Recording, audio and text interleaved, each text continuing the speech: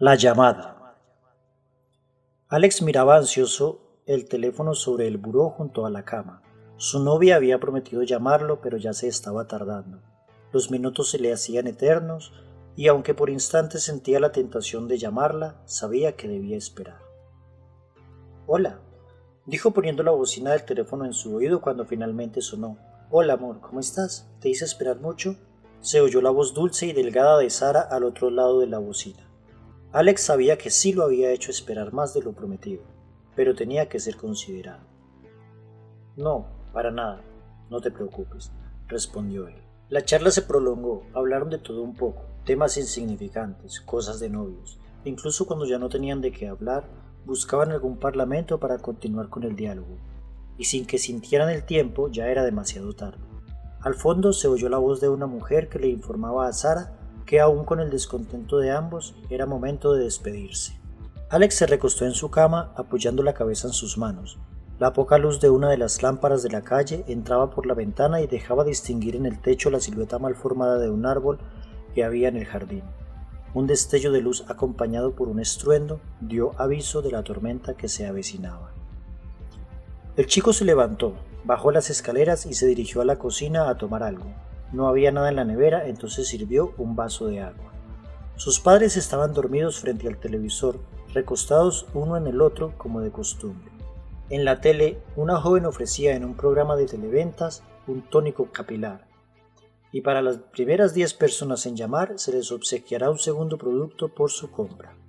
Mientras regresaba a su habitación, escuchó el teléfono. Se disponía a tomarlo, pero una sombra al fondo lo sobresaltó. Rápidamente encendió la luz. Solo era uno de sus abrigos puestos sobre una silla que en la oscuridad daba la impresión de que alguien lo observaba. El teléfono había dejado de sonar. Sin embargo, por inercia, contestó.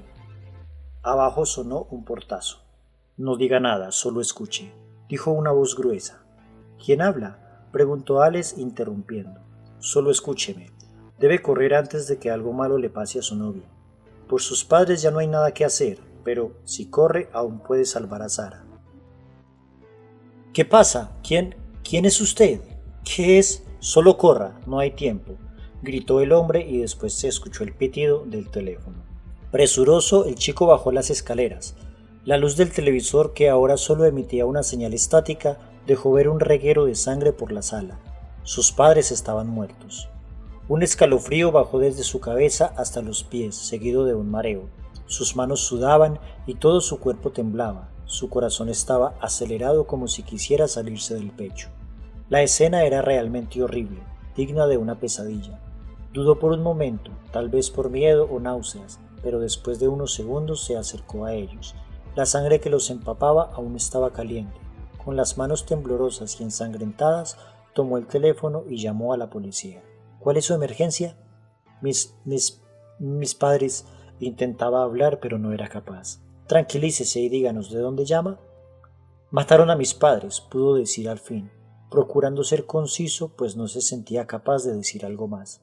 Tranquilo, dígame su ubicación. Eso no es una opción. Debe correr y salvar a su novia. Interrumpió la voz gruesa que había llamado antes. ¿Cómo era posible? ¿Había realmente llamado a la policía? ¿Quién hizo esto?, preguntó entre sollozos e ira el joven. Corra, su novia estará en problemas, y nuevamente el pitido de la llamada caída. No había otra opción. Salió con el celular en la mano tratando aún de llamar a emergencias. Intentó llamar a Sara, pero ella no respondía. Corrió tan aprisa como pudo. Las 7 cuadras que había de distancia entre su casa y la casa de su novia nunca habían sido tan largas. Agitado, casi jadeante, logró ver la casa blanca con azul donde la chica vivía. La ventana de la habitación de Sara estaba cerca de la entrada, así que en lugar de tocar por la puerta, tocó por allí. ¿Qué pasa? ¿Qué haces aquí?, preguntó preocupada Sara al ver la expresión de pánico en el rostro de Alex. Recibí una llamada, Trataba de explicar, pero estaba muy agitado. Sara lo ayudó a entrar y después de servirle un vaso de agua se dispuso a escuchar, pero en ese momento el celular timbró. Número desconocido. Corra, sus padres, y luego el pitido. Alex se levantó de la cama donde estaba sentado, aterrado, como si un fantasma se le hubiera aparecido. Corrió a la habitación contigua donde dormían los padres de la chica. Entró con cautela. La difusa luz que entraba de la calle dejaba entrever un bulto en la cama y otro en el suelo. «¿Hola?», dijo suavemente, sin obtener respuesta. Encendió la lámpara que estaba junto a la cama. Se veía la sangre manchando las sábanas. Estaban muertos, descuartizados como madera después de ser cortada por un hacha. «¡Es usted un maldito!», gritó a través del celular al responder la llamada entrante. «Puede atraparlo. Solo apresúrese. Está en la cocina». Con un impulso involuntario fue a la cocina y allí estaba lavándose las manos.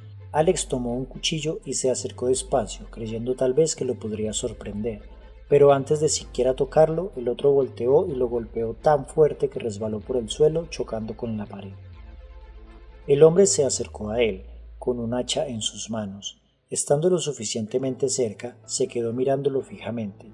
Alex correspondió a su mirada. No lo podía creer. Lo que estaba viendo era imposible. «¿Cómo puede ser? No es posible», se dijo. El otro hombre era él mismo. Levantó las manos para cubrirse. La sangre se escurría por sus brazos. El otro había desaparecido. El celular estaba en el suelo. «¿Qué es lo que está pasando?». «Usted es el asesino», dijo calmadamente la gruesa y misteriosa voz del otro lado. «¿De qué carajo está hablando?». «Estoy en su mente, estoy aquí, hablando desde dentro. Lo conozco más de lo que usted mismo se conoce. Esto es lo que pasará». El entorno cambió. Alex ya no estaba en la casa de su novio, ahora estaba en su propia casa. Sus manos estaban limpias. En la sala sus padres estaban dormidos en el sofá frente al televisor. Se acercó a ellos despacio. De repente su padre lo miró. Sus ojos eran rojos y su rostro estaba desfigurado como si un incendio lo hubiera quemado. Se lanzó contra él con los dientes listos a morderlo. Alex quiso correr, pero su madre no se lo permitió. Ella se veía igual, con hambre de carne humana. Alex no quería herirlos, pero enceguecido por el miedo, tomó el hacha que estaba en una esquina junto a la cocina y los golpeó hasta dejarlos completamente descuartizados. La sangre caliente bañaba sus cuerpos, pero ahora después de muertos ya no eran los monstruos que había visto. «No puede ser», se dijo soltando el hacha, mirando la misma escena que había visto antes cuando los encontró muertos. «¿Qué es lo que he hecho?». Puso su mano en la frente. Se dejó caer tembloroso sin saber qué hacer, y ahí de nuevo estaba sonando el teléfono sobre la mesa, junto al televisor. «Me hizo matarlos, maldito». «Yo no hice nada, usted lo hizo». «Sara, ve por ella, lo necesita». «No es cierto», terminó dejando caer la bocina. Salió de la casa dando un portazo. Trataba de buscar ayuda o tal vez escapar de sí mismo. Corrió por las frías calles. La lluvia golpeaba su cabeza y lo empapaba. Pasó junto a una cabina telefónica que timbraba, pero él solo la ignoró. Continuó su huida, pero muy cerca había otra cabina telefónica, luego otra y otra, hasta que quedó completamente rodeado, siendo abrumado por el ring de muchas cabinas que parecía como si pretendieran acorralarlo. «¿Qué es lo que pasa? Ya déjenme en paz». Comenzó a gritar con las manos en los oídos. Cayó de rodillas al suelo, inundado de agua. Todo se detuvo por un momento. A lo lejos, finalizando la calle, vio una estación de policía. Se sintió aliviado. Podría pedir ayuda finalmente. Pero allí no había nadie. Estaba completamente vacía. Sobre un escritorio había un teléfono que sonaba. Alex lo lanzó con fuerza e ira contra la pared. Forzó uno de los cajones que había adherido a la pared, sacó una pistola y apuntó a su cabeza. Con los ojos cerrados, disparó. Despertó sobresaltado por el sonido del teléfono que estaba en el buró junto a la cama en su habitación. Estaba empapado de sudor y su corazón acelerado. Miró a su alrededor. Todo había sido tan solo un sueño. «Hola», dijo poniendo la bocina del teléfono en su oído, aún con las manos temblorosas. «Hola, amor, ¿cómo estás? ¿Te hice esperar mucho?», dijo Sara con su voz dulce y delgada. «No, para nada, no te preocupes», respondió él tratando de asimilar que ya estaba despierto. La charla se prolongó. Hablaron de todo un poco, temas insignificantes, cosas de novios. Incluso cuando ya no tenían de qué hablar, buscaban algún parlamento para continuar con el diálogo, y poco a poco fue volviendo a sus cabales. La noche avanzaba sin que sintieran el tiempo, ya era demasiado tarde. Al fondo se oyó la voz de una mujer que le decía a Sara que era momento de despedirse. Alex se recostó en su cama mirando al techo, apoyando la cabeza en sus manos. En el techo se proyectaba la sombra mal formada de un árbol del jardín. Un relámpago precedió el trueno que anunciaba la tormenta. El joven bajó las escaleras y fue a la cocina a tomar un vaso de agua para tranquilizarse por el tan real sueño. Sus padres estaban dormidos frente al televisor, recostados uno en el otro como de costumbre. En la tele, una joven ofrecía en un programa de televentas un tónico capilar, y para los primeros 10 en llamar se les obsequiará un segundo producto por su compra. Todo se repetía, tal como en el sueño, la misma situación, la misma charla con su novia, exactamente el mismo programa en la televisión, todo era igual. Sintió un profundo miedo, recordó las palabras del sueño, lo conozco más de lo que usted mismo se conoce, eso es lo que pasará. Corrió por la casa, desconectó todos los teléfonos fijos y apagó los celulares. Se aferró a 2 manos al hacha y respirando dijo con una gruesa voz: ahora nadie me llamará.